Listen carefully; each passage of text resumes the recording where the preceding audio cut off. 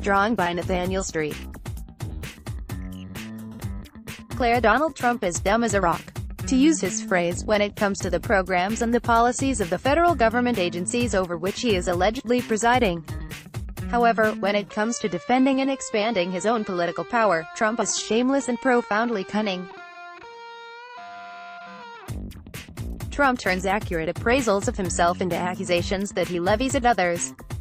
Earlier this month, he questioned whether Joe Biden is mentally fit to be president. Read more here. Trump regularly turns appraisals of himself into accusations against others. But Trump has found a way to spread his toxicity beyond his lying tweets. He has carefully developed formidable barricades to shield himself from the gathering storm regarding his countless impeachable offenses and other serious misbehaviors. Trump's remarks, decisions, and asides reveal his plans to stay in office. Trump heaps praise and extra funding on the military. In his travels, Trump likewise incessantly praises the police regardless of the situations there. Trump has openly said these constituencies are the core foundation against his adversaries that will keep him in office. His White House will keep the military and the police very well endowed. He also makes sure that big business is happy with him. Some of the bosses are getting anxious about the uncertainty associated with Trump's use of tariffs and his caustic remarks about leaders of the countries where U.S. companies do business. However, Trump knows that as long as he cuts corporate taxes, deregulates health, safety, and economic requirements on Wall Street, and continues the crony capitalism of subsidies, handouts, and bailouts, the corporate bosses will continue to pay obeisance to Trump, manipulating the mass media as child's play for Trump. He taunts them about how they have to give him top billing because of the profitable ratings his performances brings them. Some in the mass media, nonetheless, expose his wrongdoing with thorough features. Trump, though irritated, ignores these exposés and repels them like water off a duck's back. "It's all fake news," he shouts. His approval polls, though lower than previous presidents, stay firm. So far, Trump has faced no real consequences from the revelations of his misdeeds. The courts, meanwhile, are Donald's trump card for endless delays.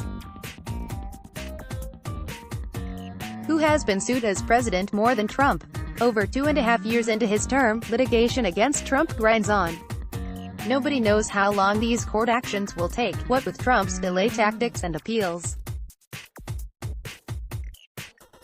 The top appeal is to the Supreme Court, which he believes is 5-4 for him on just about everything relating to runaway presidential power and immunities.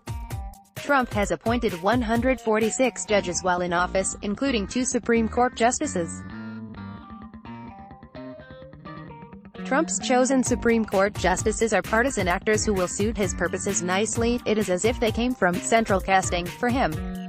Trump has declared unlimited presidential pardon powers, musing that he could even pardon himself. Labor unions are another big joke to Trump. As they decline, Trump reminds the pro-Democratic Party union leaders that many of their rank-and-file members voted for him. A troublingly large minority of union workers, over a third, defected to Trump's camp in 2016, enough to make the union leaders skittish about seriously confronting him. That leaves the Congress with which he toys. The Republicans are frightened chickens in a coop, peering out at the insatiable fox. When they look back at their place in history, they'll have to squint. Sycophants all, except for the late Representative Walter Jones and Representative Justin Amash. As for the Democrats, Trump is blocking subpoenas and orders for witnesses to testify. Trump is also turning down major demands for documents from several House congressional committees.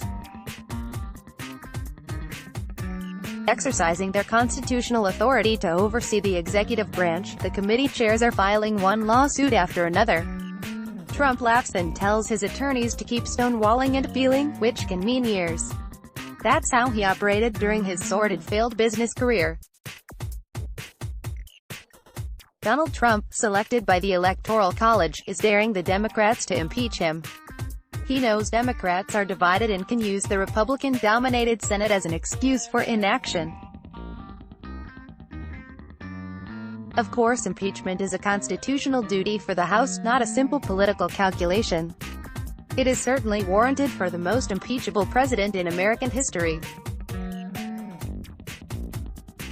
Trump is thumbing his nose at Democrats daily, blocking oversight, allocating appropriated funds by executive dictate, brazenly freezing enforcement the laws or revoking regulations that protect the health, safety, and economic well-being of the American people, enriching himself through emoluments, and also casting aside the Constitution and the rule of law regarding his military and foreign policy aggressions.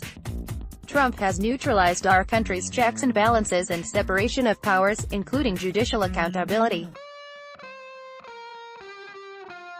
He adds to his monarchical presidency by unleashing the Republican Party's suppression of the vote and other electoral shenanigans.